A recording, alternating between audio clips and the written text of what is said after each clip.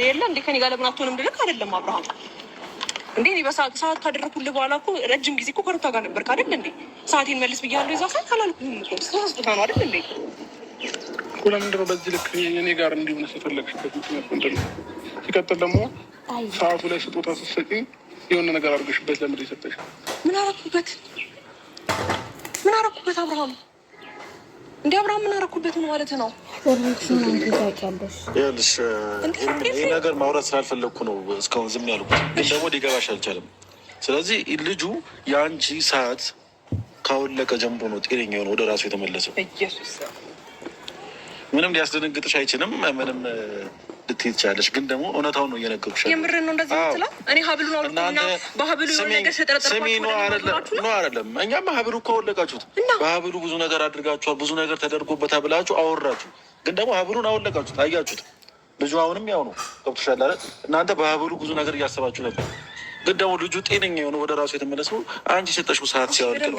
ምናልባት እኔ ነገሮችን በጣም ማወሳሰብ ስለምትወድ ነው እንጂ እኔ ሰዓትን ለምን አውለከልኩት ጾታ ነው ብዬ ረጅም ሰዓት የሚወደው ሰዓት ስለነበረ እጁ ላይ ስለነበረ ነው እንጂ ግልጽ እናውራ ከተባለ እኮ አብርሃም ሰዓቱ እንኳን ከሰጠሁት በኋላ እኮ ወዲያው ወደ እኔ አልተገለበጠም አይደል እንዴ? በምን የተሳሰብ ነው እያሰባችሁ ያላችሁ? አሁን ልክ ደግሞ ሰዓቱ ሲያወልቀው ደግሞ ደህና ሆነ እንዴ? ምን አለው እኛ ረዳየ ነው።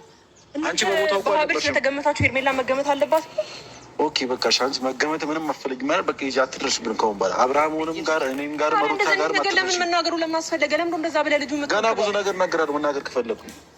እሺ ከዛ በኋላ እኮ ሰዓት ቀያይሯል። ያደረግሽው ነገር የምታደርጊው ነገር መናገር ከፈለኩ ብዙ ነገር አደርጋለሁ። በዚህ ልክ ለምን ሰዓቱ እኔ ጋር እንዲሆን ፈለግሽ ታዲያ? ስጦታሽን ስንመልስልሽ ለምን ደስተኛ አልሆንሽም?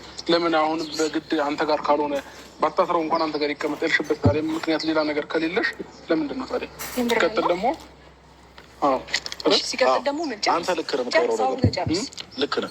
እሺ ጨርሳ አውራ። እኛ ልክ ሀብል እየተባለ የነበረውን በጣም ብዙ ነገር እየተወራ ስለነበረ ልባችን አላረፈም። ስለዚህ ሀብሉን አውልቅልን። የተፈጠረውን ነገር በሙሉ በጣም ነው የሚገርመው። ቁጭ ብዬ አጠገብ ለአጠገብ አስቀምጧቸው እንዴት ግን ሼም አልያዛችሁ? በእውነት አልደበራችሁ? ያኔ እኔ ስንትና ስንት ነገር ሳሳልፍ ምንም ያልመሰላችሁና የሆነ ከጎኔ ለመሆን እንኳን ያልሞከራችሁ ሰዎች ዛሬ የሆነ ነገር ተፈጠረ ሲባል ከአንዳንድ እንደዚህ ለማድረግ መሞከራችሁ በጣም ግሬት ይደብራል። ትልቅ ነውር ነው። በጣም ይደብራል።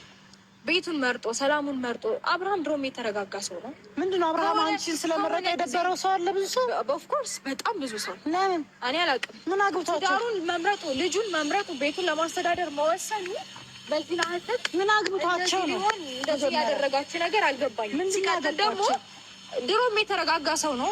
መቅበዝበዝ የጀመረው ተቅበዝባዥ ሰው ልክ ህይወቱ ሲገባ ነው። እሱም ልክ